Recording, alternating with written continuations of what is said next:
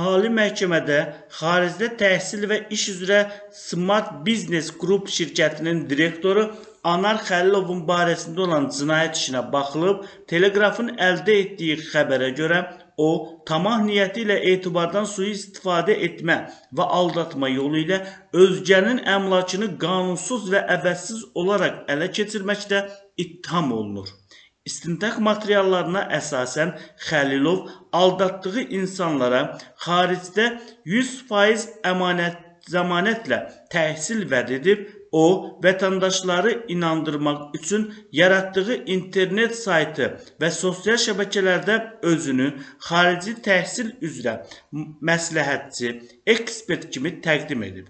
Eyni zamanda xarici dövlətlərin ali təhsil müəssisələri, xaricdə təhsil şirkətləri və mərkəzləri ilə uzun müddət davamlı əməkdaşlıq edən, bu sahədə geniş təcrübəyə, rəsmi işgüzar əlaqələrə malik Azər Əliyev təhsil şirkətinin icraçı direktoru olduğunu iddia edib, lakin Anar Xəlilovun etibarlı tərəfdaş kimi qələmə verdiyi şirkət dövlət qeydiyyatına alınmayıb, reyestrə daxil edilməyib. Anar Xəlilov müştəri kimi ona müraciət etmiş vətəndaşlara müəyyən xidmət haqqı müqabilində müxtəlif xarici ölkələrin ali təhsil müəssisələrinə imtahan vermədən yalnız attestasiyayla tələb edilən qəbul edəcəyinə, xaricdə təhsil üçün şirkət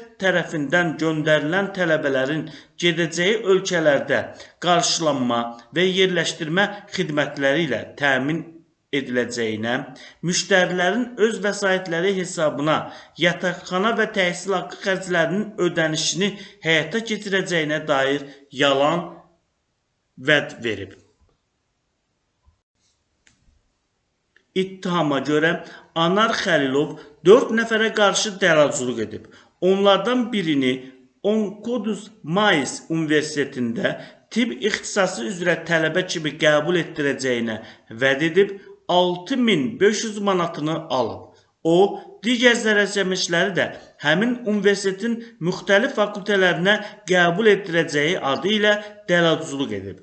İstintaq orqanı tərəfindən onun barəsində Cinayət Məcəlləsinin 178.3.2 küllü miqdarda dələduzluq törətmək maddəsi ilə ittiham elan edilib.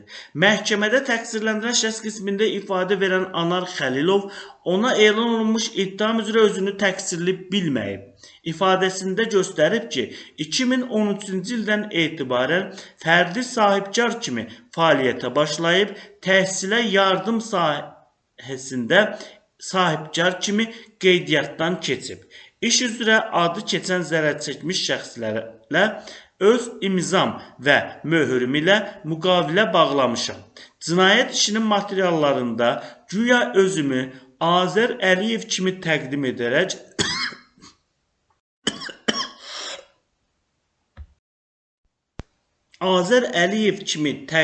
edərək müştərilərlə müqavilə bağlamağı göndərilir. Bəzi günlər ərzində 30-a yaxın müqavilə bağlamış, fiziki cəhətdən bunu çatdırmağın mümkün olmadığından Azər Əliyev adlı işçisi printerdən çap olunmuş mənim imzam və möhürüm olan müqavilələrlə müqavilə bağlayıb. Bundan başqa Xəzər, Space və başqa telekanallarda olan verilişlərdə dəfələrlə şirkətin rəhbəri kimi iştirak etmişəm. Şirkətim ilə müştərilər arasında 10 il ərzində yüzlərlə müqavilə imzalanıb.